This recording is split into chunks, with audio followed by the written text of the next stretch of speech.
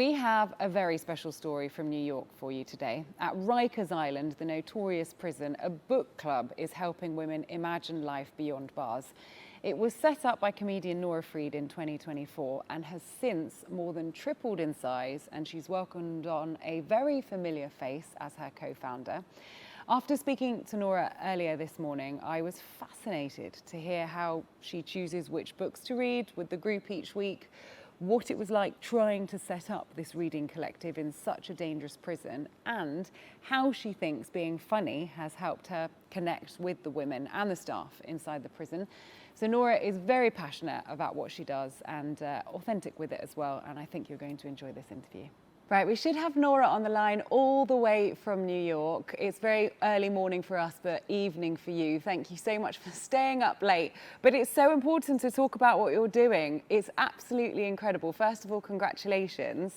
Setting up a book club in what is not the easiest place, I can imagine. How did you come up with this idea in the first place? Oh my gosh, thank you so much for having me.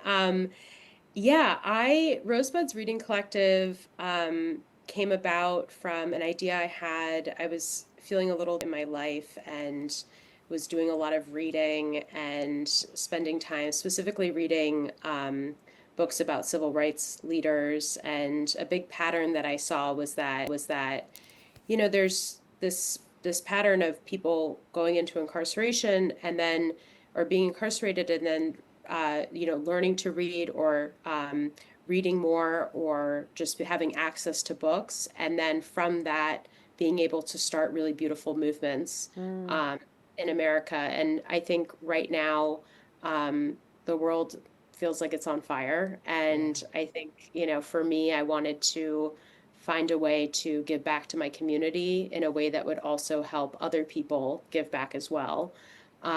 So the idea popped into my head because I was spending a lot of time alone, and I was like, you know what, it would be really cool to start a book club in a jail. And then from there, I just got tunnel vision, and one thing led to another, and next thing I knew, I was at Rikers with a bunch of books. Well, that's what's incredible as well, is that it is at Rikers. Now, it is known, I mean, it's jail, it is known for also being quite a dangerous jail, albeit a lot of the women that are in there have non-violent charges. But what was that process like? I mean, approaching a jail, asking them if you can go in and, do something creative, that must have come with quite a few hurdles that you've had to overcome. Yeah, for sure. I mean, when I first had the idea of starting a book club in a jail, I explored everything within my vicinity. I don't have a car myself, but I was thinking, where can I get to a jail via public transportation in New York and be able to host a book club? And so Rikers has visitor buses that allow for us to visit the jail. It definitely takes a lot of time to get there, but that was part of the process, was looking into, okay, what is physically accessible to me. And with Rikers specifically, I think that it gets this rap of being this, it's an infamous jail in a lot of ways, and that there's a lot of violence and whatnot, but the people inside the jail and the programming staff are actually quite wonderful. I mean, I think that it has this reputation, and I think we forget that there are actual humans who work in this facility who really do.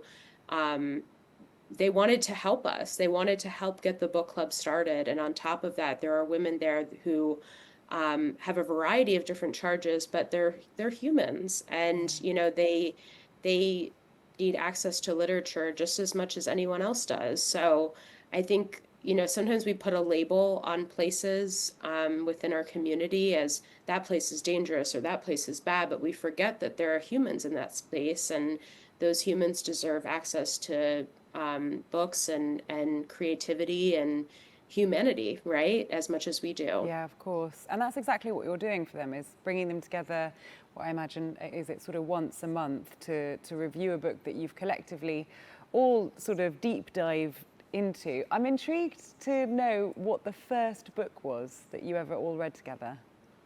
Yeah, so the first book we read was Educated by Tara Westover. And that was a book that really spoke to me specifically during the time when I was having a lot of ups and downs in my life and I was feeling a little all over the place. And Educated was such an interesting book because it's about this woman who just completely redefines her life regardless of her circumstances. I mean, this woman is living in very rural, I believe it's Idaho.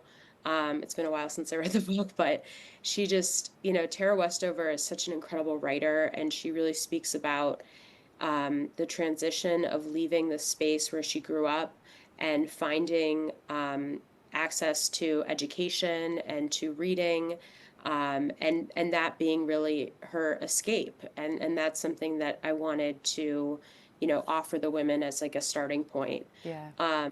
From there, we read a lot of different memoirs and a lot of nonfiction, but we also do read fiction as well. But all with the theme of kind of reinventing yourself, reinventing your life, and finding ways to escape your reality, or maybe dive deeper into reality and find a different lens. Those are the themes that we explore. Tara Westover actually ended up coming in to visit, which was amazing. And yeah, so it was a really wonderful way to start the book, and the women loved that book. So I thought that was a great way to kick things off. And we now come in twice a month. We come bi-week. We go bi-weekly. So Wow. yeah. Well, I mean, incredible that you've managed to kind of grow the book club, and also now you're going in bi-monthly, which must be a real relief for many of the women that are in there to have that access to creativity and to connection through literature. You must have conversations with these ladies when you're in the prison. What do those conversations look like? And do they tell you how they feel about kind of being in there and what this book club means to them? Yeah, I mean, wow, we have so many conversations, and our meetings go sometimes over 2 hours. So we right now what we do is we do a book club and then a writer's workshop that's led by my co-founder Julia. And basically during that process, we talk a lot about the book and the themes of the book, but a lot of times it steers in a completely different direction. We talk a lot about, our families, what it means to be a woman, what it means to be a woman who's also a mother, who's a grandmother. A lot of the women have kids, have different types of relationships that they want to talk about, whether they be romantic or friendships. What got them into the jail in the first place. We explore that. And I think these women, I can't speak for all of them, of course, but I think a lot of them hold a lot of regret and shame. And I think that this book club, what we want to do is create a space where everyone feels respected. And that goes from the women who are in custody and also the people who are helping us to run the book club. So we actually have officers who participate in the book club as well. And it really creates this even space of where everyone's on the same level and really just hearing each other out. And again, going back to that humanity aspect of showing people respect and hearing them out and really understanding, how they ended up where they were and how we can maybe imagine our lives differently on the outside. Yeah, that sense of community and that sense of belonging and not feeling alone. You mentioned it at the beginning, there are times where we all go through ups and downs, and you Totally. can feel quite, alone at times. And being able to connect people through reading is something really special. I'm going to pick up on the fact that you mentioned your co-founder, Julia, there. Now, you've got a rather famous face for your co-founder for the book club now. Let's just watch this video that you've uploaded online. Hi, I'm Nora. And I'm Julia Fox. And we're Rosebud's Reading Collective. We bring book clubs and writers' workshops to the women at Rikers. We believe in the power of literature to change how you see yourself and the world. We're just getting started, and we want to bring Rosebud's Reading Collective to juvenile detention centers and to facilities nationwide. And we want you to come along on this ride with us. Volunteer! Join the board. Have a rich family member introduce us. Don't give it to the government. Give it to us, and you'll go to heaven. Donate! Volunteer! Join the board! There we are. So Julia Fox, you've teamed up with her. Tell me about how that came about, how you guys work together. What are the different things that you bring when thinking about, how you want to grow this and how you wanted to even bring it all together in the first place? Yeah, for sure. Well, so we read Julia's book as part of the book club. It's a perfect book for Rosebuds. I mean, it's about her life. She's been through so many ups and downs, so many challenges and hardships, and she's really redefined herself and found success. And she also really speaks to women in particular and really empowers women in everything that she does. So we read her book Down the Drain, which was a total hit.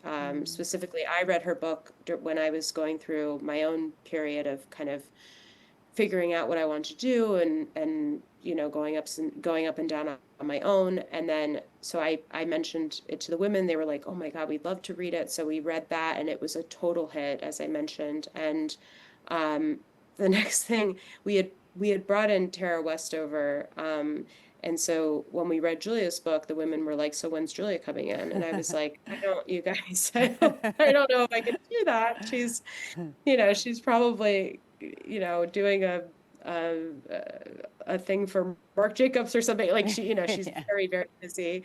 But then I saw her at a Charlie XCX concert, and I thought it was like a sign from the gods, and it was, in the words of Julia, very cosmic. And that's where, I said to her, we have this book club at Rikers, and we just read your book and the women loved it, and it would be so cool if you came in. And she was like 100% yes. I mean, no hesitation. So she came in later on, this was last year, and the women just really were moved by her.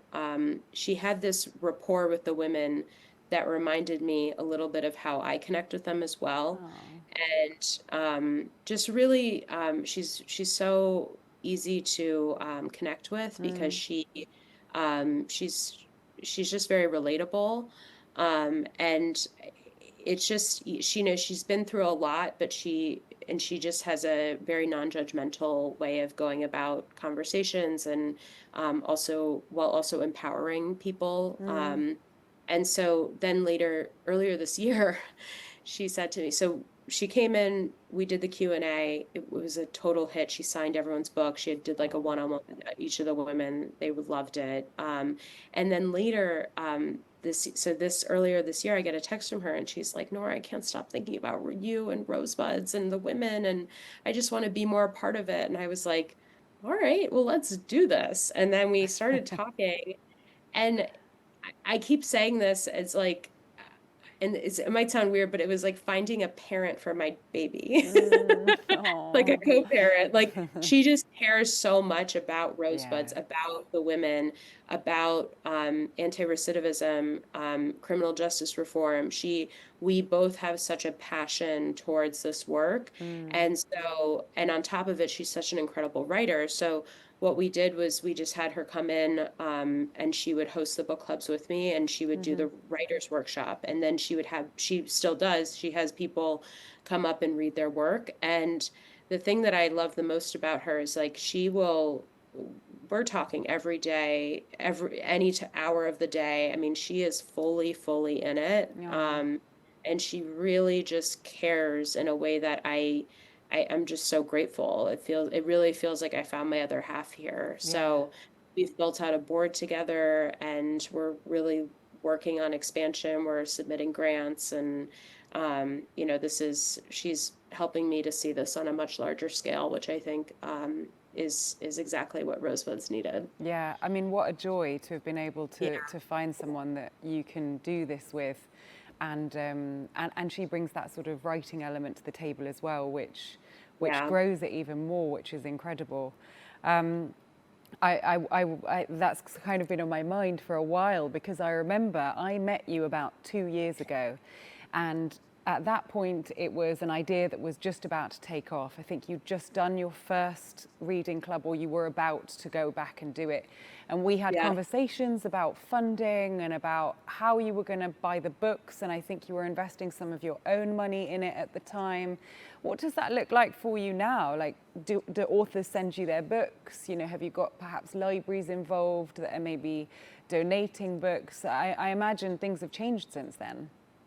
Oh my gosh, yeah, I'm remembering those conversations with you. Wow, I can't believe that was 2 years ago. So much has happened. I mean, I started with a GoFundMe link, and I started the GoFundMe link because the women, you know, the first time we did the book club, and it's now been a year and a half, the thing at the end, they were saying, so when are you going to come back? And then they also mentioned more people want to join. And I was like, oh, okay. So we started with like 6 people, and now we have upwards of 30. Wow. So obviously that requires funding.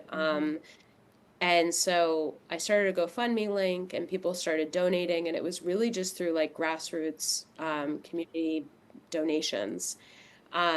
We've had a couple of small fundraisers, and we are having a much larger one in October, which I'm really excited about. But yeah, we are actively looking for those kind of larger foundation grants. And we've been applying to them because, I mean, we've been able to raise a lot of money just online through social media and the GoFundMe link. And now we have our own donation link directly to our bank account and whatnot. But, you know, to really bring this to scale, we're looking at funding from like sponsors and would love to partner with authors and whatnot. I think the one thing, we've had people who are interested in donating books, which is awesome. I think for us, there's an approval process with that. So we really want to think about more of like a bigger funding or sponsorship that would allow for us to, you know, purchase books on a mass scale and whatnot. But yeah, I mean, authors have been so generous with their time, and we have another author coming in this month, actually on Sunday, named Shaka Sangor, who is an incredible writer, formerly incarcerated, and has now written 3 beautiful books. And he connected us directly with his publisher, which was super helpful. But we are actively looking for sponsors, looking for more grants to apply to. So putting the word out there and doing this type of media is so helpful to get us to that place where we can expand beyond New York. I mean, we want rosebuds everywhere. So, and where we're needed, you know, and that's something that's really important to us. Nora, I wanted to talk a bit about you actually, because I think it takes, you know, someone quite special with a unique skill set to be able to do something like this. And I know that a big part of your life is being a comedian. And I wondered if you thought that perhaps that side of your life helped you do what you do in prisons and with the book club. You know, bringing laughter and joy to people, it connects people in the most incredible way. Do you think being a comedian has helped you? Definitely. I mean, it's interesting. I've been trying to figure out, like, am I still a comedian? Because I did a show recently, and it was awesome, and it brought me back to the comedy world. But like, you know, being a comedian that's a full-time gig in itself. And I was so for the last like 3 or 4 years, I had been so dedicated to going to mics and, you know, staying up to date with the comedy community in New York City and making sure I was booking shows and whatnot. And now that's kind of faded a little bit because I just have some other stuff going on now. But every once in a while, someone will reach out about a show, and it brings me back in, and it reminds me so much of the book club too, because we laugh, we have a really great time in that space. And I think so much of like any sort of stage fright or any time that I used to bomb on stage, right? Like that is like, now I'm like, okay, well, maybe I bombed a little during our book club, but like, you can win the room back, Nora, you got this. Like, those are techniques that I learned through comedy. So I really do feel like everything happens for a reason. And I think genuinely that I needed to do the comedy stuff and the comedy work before becoming the CEO of Rose Buds, because it literally just gave some lightness, like just how do I describe it? Like just an ease to the group that I don't think I had before I started doing comedy. But still open to booking shows. Had one a couple of weeks ago and it went well. But yeah, haven't been doing as much comedy, but I still have the comedian in my heart. Yeah, 100%. It's not Yeah. going anywhere. Well, Nora, it's been Yeah. such a pleasure catching up. Oh, thank How you. wonderful. Congratulations on such a successful book club and doing it in, you know, an environment that many people wouldn't. So thank you, Nora. There we go, the Rosebuds Reading Collective. You can find them online if you want any more information about the work that they're doing. There you go, lots of buzz around the World Cup at the moment, isn't there? Good and bad. Right, that's it from us this morning. Thank you for watching Morning Asia. We will see you tomorrow for the final show of the week.